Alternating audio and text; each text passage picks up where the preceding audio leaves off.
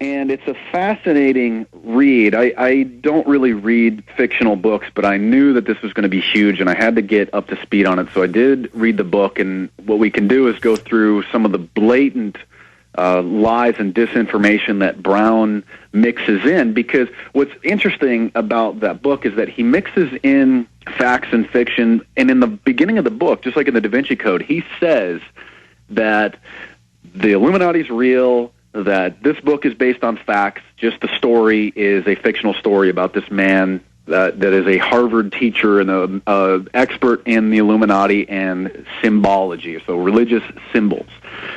And so the story leads you to believe that the Illuminati has been secretly continuing to exist and now is going to blow up Vatican City, and Tom Hanks needs to go and save the Vatican from this huge explosion, and the Vatican's they're voting in a new pope, and so it's the center stage of the world, and everybody's watching it, and it's this big ordeal of him trying to track down the antimatter from the Illuminati. But what's interesting is that Dan Brown, in the book, mixes in actual historical Illuminati references and quotes, and mentions that they were had infiltrated the Masons and became a society within the Masons. Mentions the popular internet websites for searching for the Illuminati in the book. One of his characters claims that he did a search on Google for the Illuminati, and thousands of results came, and he noticed that people still believe that the Illuminati exists. He mixes in actual quotes from, I think, Winston Churchill, and talks about the all-seeing eye on the dollar bill, and does blend in some interesting real information with the story.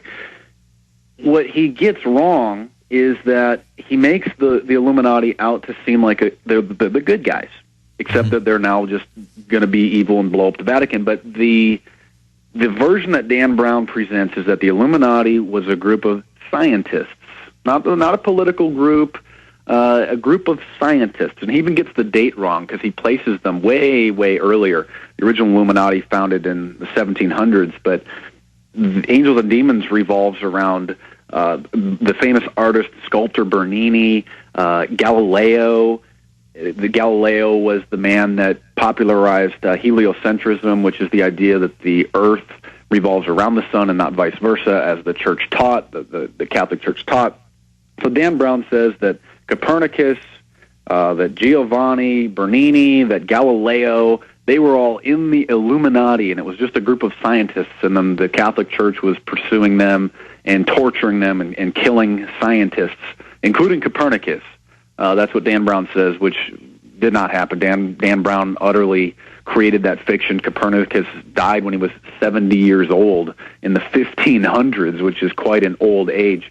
So he gives this false representation that the poor scientists were persecuted by the Catholic Church, which were persecuting people and were very corrupt and very evil and non-Christian, and continue to give Christians a bad name for the Inquisition and the activities that they were involved in. But it's fascinating to see a couple other instances that he mixes in, that he claims are fact, that are just clearly fraud. He mentions that the Illuminati had these ambigram brands, and that they were branding people with this iron brand, sort of like you brand a cattle in retribution for the Vatican branding the cross on heretics, which I don't think actually happened. He mentions a couple other interesting facets, that the Bilderberg Group financed the Illuminati. So he mentions the Bilderberg Group, the Freemasons, the dollar bill symbology, architecture symbols, and all this interesting, somewhat factual information. And then later, what I'll get into is some of the interesting ties that Dan Brown himself has to the Illuminati. Very, very fascinating connections that he himself has, and even continues to have, along with his publisher.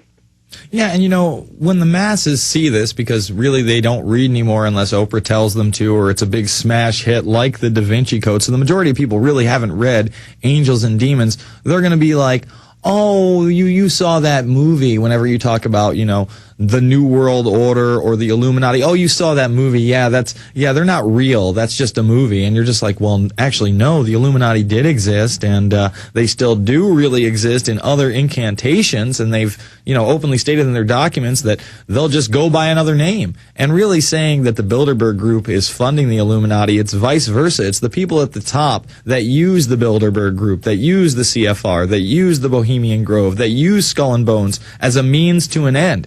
And this is a do as thou wilt mentality. Why don't you talk about that, the do as thou wilt mentality of these people? The do as thou wilt is the key term that Aleister Crowley taught, which basically means do whatever you want. Don't worry about the consequences. And so even in the Illuminati Facts and Fiction, I have a section dedicated to the Illuminati mindset. And I take a good look at their mindset and even consider, play devil's advocate, the possibility that they have the truth about existence and what are the implications for that. But the do what thou wilt mentality is a social Darwinistic view that basically means just do whatever you want to do. It doesn't matter. Take advantage of other people, which is obviously the philosophy of these individuals. They don't worry about any sort of divine repercussions. They don't care about anybody else's feelings, sanity, health, and they are leeches that are ruthless and care only about themselves and their We'll be back after this. It's the Alex Jones Show.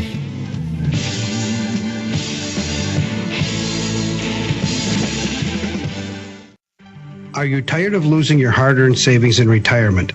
Does the continued loss of purchasing power through the hidden tax of inflation brought on by trillions of dollars in government bailouts bother you? Then please let me, Dwayne Daly with Midas Resources, help you to protect what you have left. Call me at 800-686-2237 extension 115, and I will explain to you how to retain your wealth and purchasing power now and in the future with gold and silver. Gold and silver have been a form of currency for 6,000 years compared to our present fiat currency, which has only been in existence for 38 years and failing fast. Call me, Dwayne Daly, at 800-686-2237 extension 115 to start your protection of wealth today. I will custom fit the protection package to your personal needs. No amount is too small, so start today. Call Dwayne Daly with Midas Resources at 800-686-2237 extension 115 for your gold and silver protection portfolio.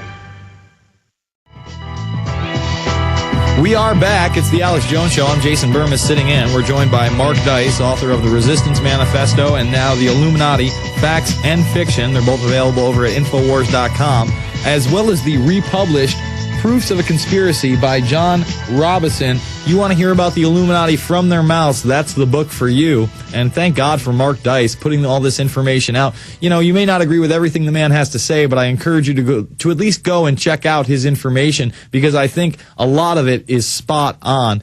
And Mark, you were just about to discuss, Dan Brown, his connections to the quote-unquote Illuminati.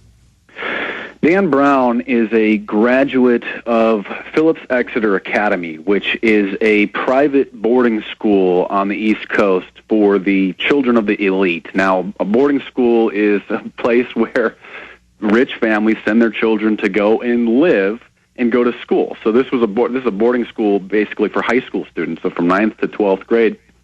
He is a graduate of this school, along with some other very interesting people who I will name in just a second. But not only is this just a school for the elite, but back in 1930, a man named Edward Harkness, which was John D. Rockefeller's right-hand man. John D. Rockefeller, longtime Illuminati family, founder of Standard Oil, the patriarch of the Rockefeller family.